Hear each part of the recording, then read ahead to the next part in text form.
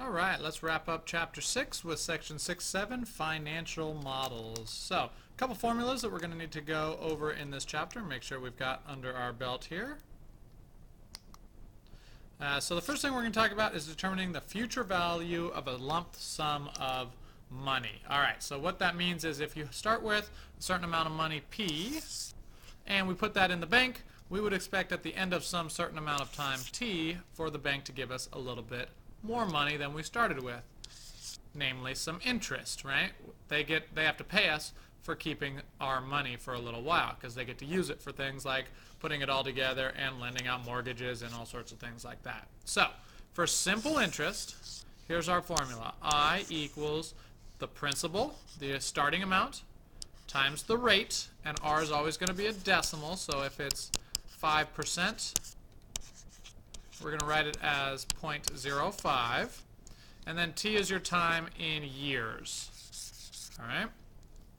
So that's if you get paid once a year. That's simple interest.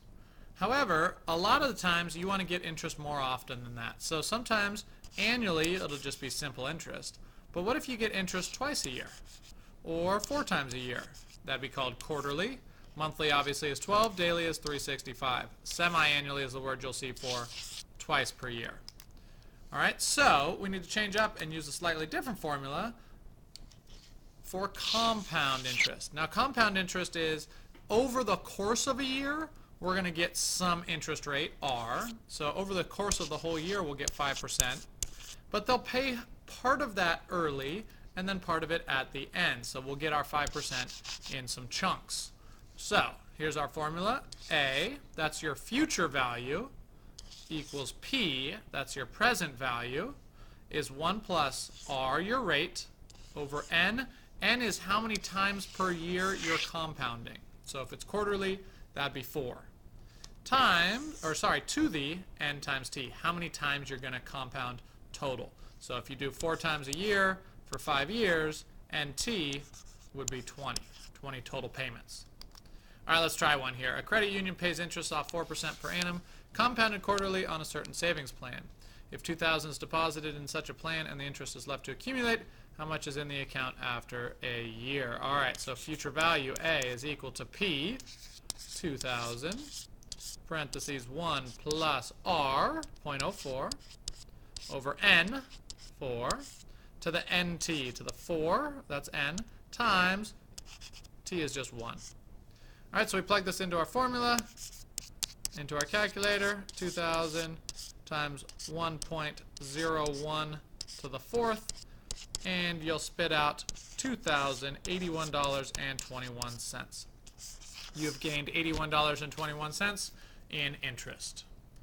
Try problem 3. All right, so let's see what happens to the effects of compound interest monthly on an initial deposit of $1. So we put $1 in the bank. We have 6% interest, okay, versus 12% interest for 30 years. All right, so let's see what happens here. This right here is the graph with 6% interest. So after 30 years, we're at this level. Look at what happens to the graph when we have 12% interest. We can't even see, it's off the charts, okay?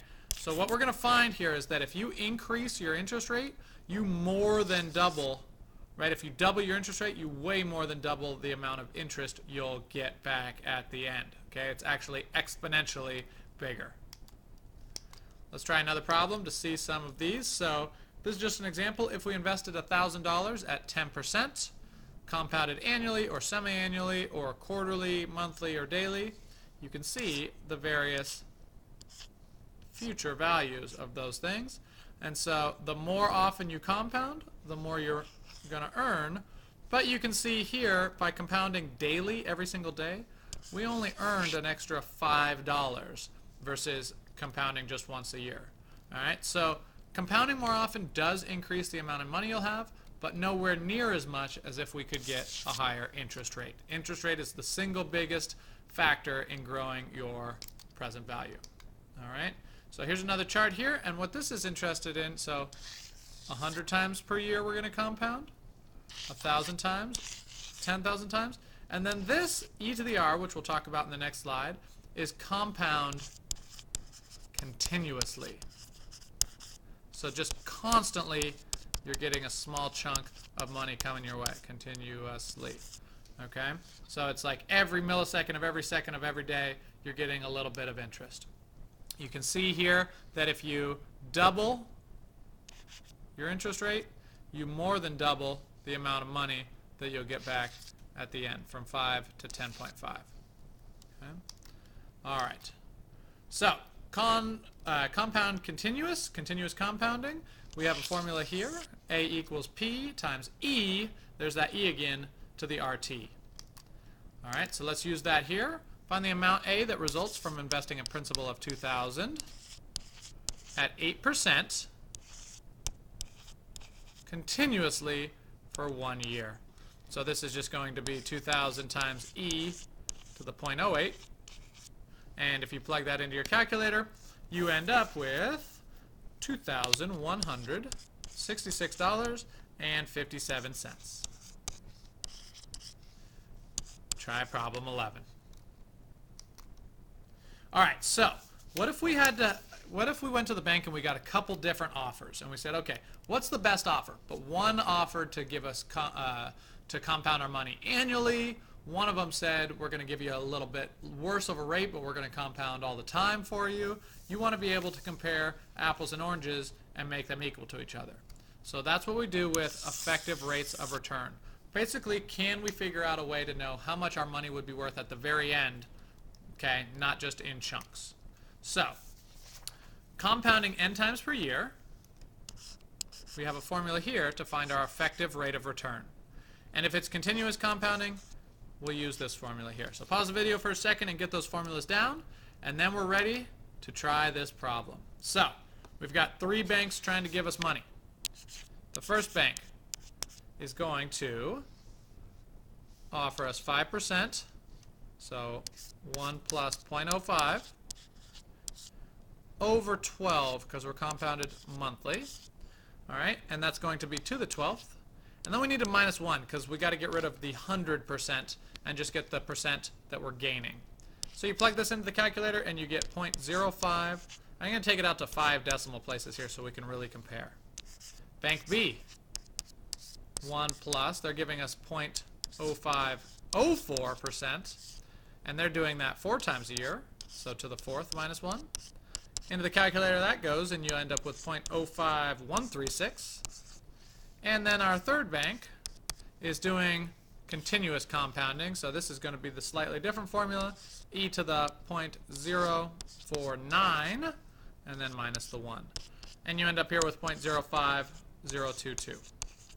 All right, so again, we've talked about this before, but the most effective, the highest rate of return, this is 5.136, this is 5.116.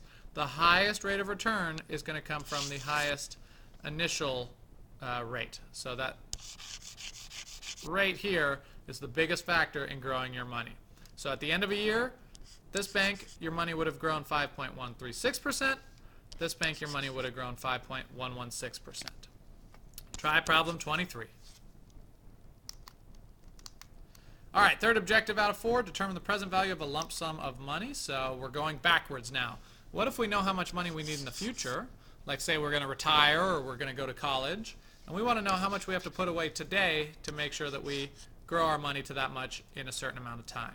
So the reverse formulas are here and here. Get those down, and then we're trying some problems. All right, so 0 coupon non-interest bearing bond can be redeemed in 10 years for $1,000. How much should you be willing to pay for it now if you want a return of 7% compounded monthly? So our future amount is $1,000. 1 plus our rate is 0.07 over our n is 12. It's compounded monthly to the negative 12 times 10, because this is 10 years. So what this is saying is, how much do I need to put in a bank account that will give me 7% compounded monthly so that I end up with $1,000 at the end of it? Plug that into your calculator, and your initial starting amount is $497.60. All right. Now let's try 6% compounded continuously. So we're compounding much more often, but we have a lower rate. Let's see what happens. P equals $1,000 that we want to end up with. E to the negative 0.06 times 10. Plug that into your calculator, you should end up with $548.81. So what this means is you're going to have to invest more money up front here than you would over here to end up with the same amount of money at the end. And again, if we're earning more interest as we go along, we get to start with less in the beginning. All right, try problem 13. All right, now last thing we're going to do is figure out how long it would take us to double or triple our money. All right, so what's the annual rate of interest if we compound quarterly? Should we seek if we want to double our investment after 6 years? So we want to double our money. So let's start with this. We know that R is, actually, sorry, we don't know R. We know N is 4, compounded quarterly.